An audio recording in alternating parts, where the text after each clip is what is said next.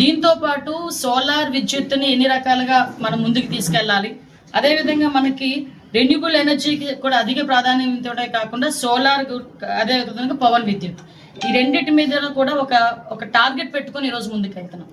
ఈరోజు మీరు అబ్జర్వ్ చేస్తే సూర్య గారికి సంబంధించి ఎస్సీ ఎస్టీస్కి కూడా కంప్లీట్గా వాళ్ళకి ఉచిత సోలార్ రూఫ్ టాప్లు ఇవ్వడానికి కూడా ఈరోజు సిద్ధపడ్డాం. వాటితో పాటు బీసీ వర్గాలకి కేంద్రం ఇచ్చిన సబ్సిడీతో పాటు ఇంకొక 20,000 రూపీస్ ఎక్స్ట్రా ఈరోజు స్టేట్ గవర్నమెంట్ ఇచ్చే పరిస్థితి కూడా కల్పిస్తుంది. ఎందుకంటే ఇంకొక విషయం ఏంటంటే ఎవరైతే సోలార్ యూజ్ చేస్తారో వాళ్ళు వాళ్ళ ఇంటికి సంబంధించిన విద్యుత్ వాడుకోవడమే కాకుండా ఇంకా వాళ్ళ దగ్గర మిగిలింటే కనుక ఆ మిగిలిన విద్యుత్తుని తిరిగి గవర్నమెంట్కి వాళ్ళు సేల్ చేసుకోవచ్చు.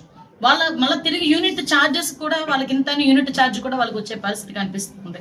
అంటే రాజకీయ కలిగిన నాయకుడుగా గౌరవ ముఖ్యమంత్రి గారు చేసిన ప్రతి పని కూడా ఈరోజు ప్రజల అభిష్టం మేరకు ప్రజల అభివృద్ధికి దిశగా ఈరోజు ముందుకెళ్లే పరిస్థితి కనిపిస్తుంది. దీనికి చాలా మంది ఎన్నెన్నో రకాలుగా మాట్లాడతారు. ఇప్పుడు సాధారణంగా ఇప్పుడు విద్యుత్ రంగం అనేది ఏంటంటే చాలా మంది రాజకీయాలకు ఉపయోగించుకునే పరిస్థితి విద్యుత్ అనే దాన్ని. ఇప్పుడు రాజకీయాలు అనేది ప్రజల జీవితాలతో ముడిపడిన సందర్భం.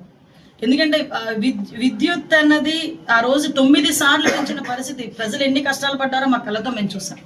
మళ్ళా తిరిగి ప్రజలు ఆ కష్టాలు పడకూడదని ఆ రోజే మేము మాట ఇచ్చిన ప్రకారమే ఈ రోజు ఇచ్చిన మాటే కాకుండా ఇవ్వని మాటలని కూడా ఈరోజు వాటన్నిటిని కూడా ప్రజల అభిష్టం మేరకు ఇప్పుడుకొచ్చి ప్రజలు మాకు ఇది కావాలి అంటే ఇచ్చే పరిస్థితి కనిపిస్తా ఉంది.